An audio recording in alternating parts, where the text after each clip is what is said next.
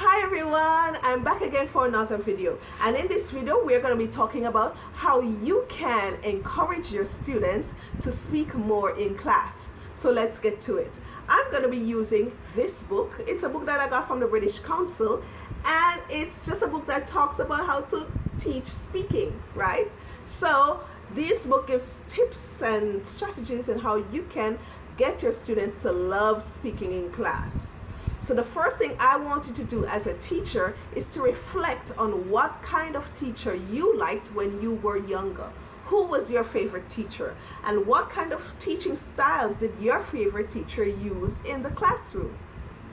Now, after reflecting on those styles, I wanted to see how best you can incorporate some of those teaching styles in your classroom. All right? And remember, we're also going to be talking about what you can use in the online classroom. All right? So online teachers, you can always listen in. Okay, so the first thing that students want to know is that you have a listening ear. E-A-R, ear. E is for empathy, A for authenticity, and R is for respect. So every student wants to know that their teacher is empathetic.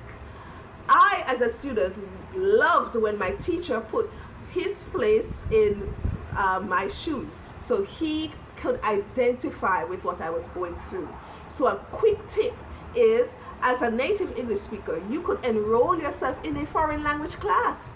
Say, for example, you'd like to learn Spanish or Italian or even Chinese. Enroll in a class and you will see how nerve-wracking and anxious it is to for you to speak your newfound language in public.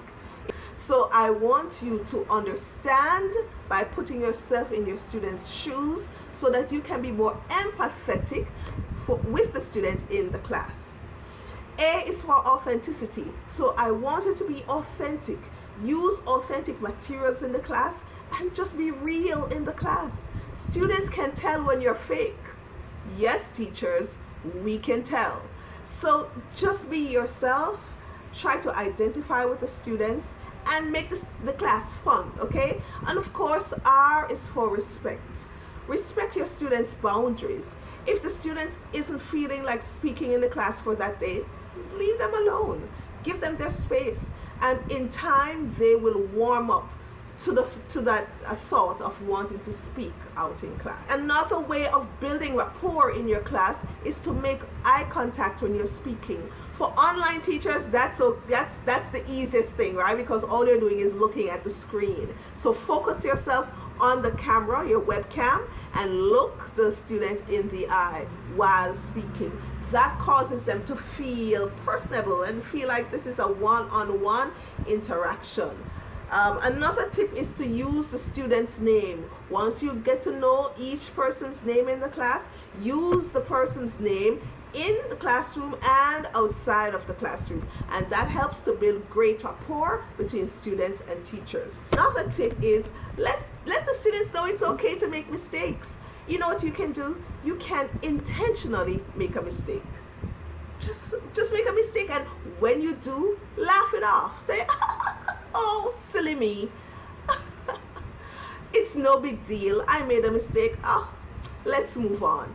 And when they see that you've made a mistake, they realize, oh, it's okay. I can make a mistake. The world won't come to an end.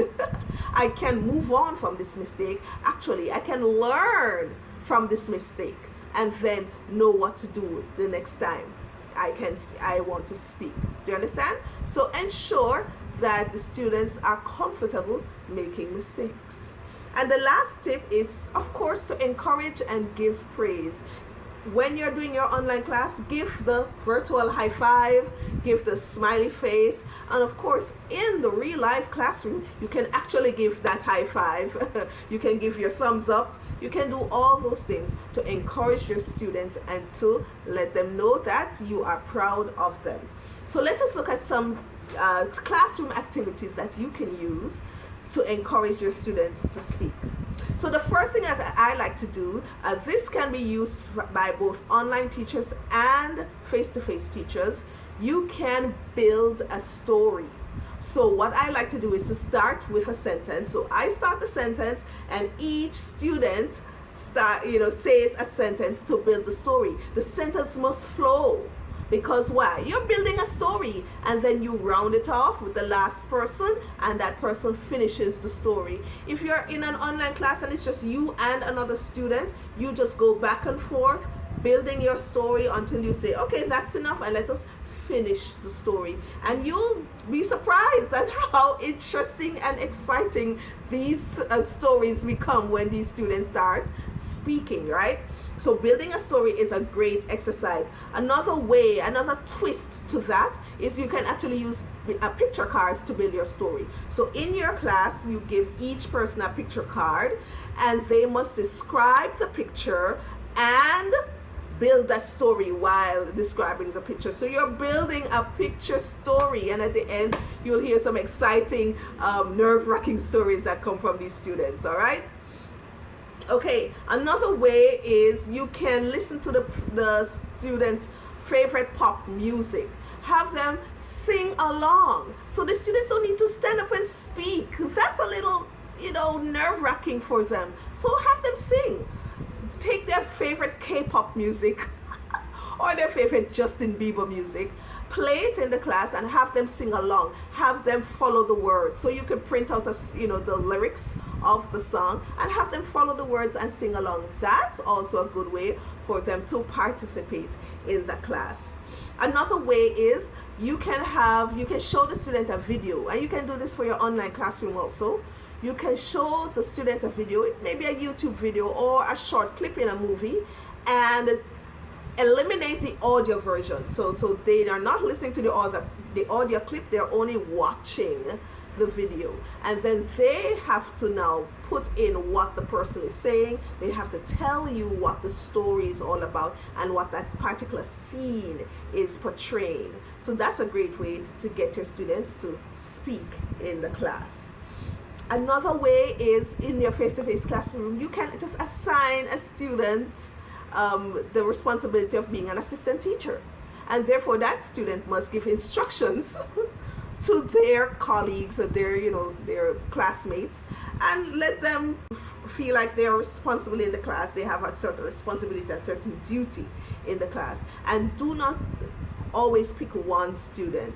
Move it around, like so for each week there's a new student who is an assistant teacher. Okay, so the students could use vocabulary cards and put it on the wall, and then they could make a game out of it. Okay, so this is usually for the younger students. If you are teaching kids, you can have picture cards, put it on the wall, you say the word, and they all run to get that picture card from the wall.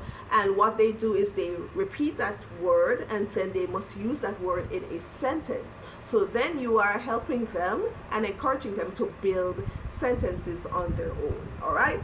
So I hope that this information, these tips, these strategies were great for you. If they were, you can leave a comment down in the comment box. And as always, like and subscribe for more videos. I'm trying to crack these videos out every week. So see if you like some of these other videos that I have on my YouTube channel. You can always go through and watch on your own and let me know if you like them. All right? So I'll see you next time, where we'll talk about another professional development topic.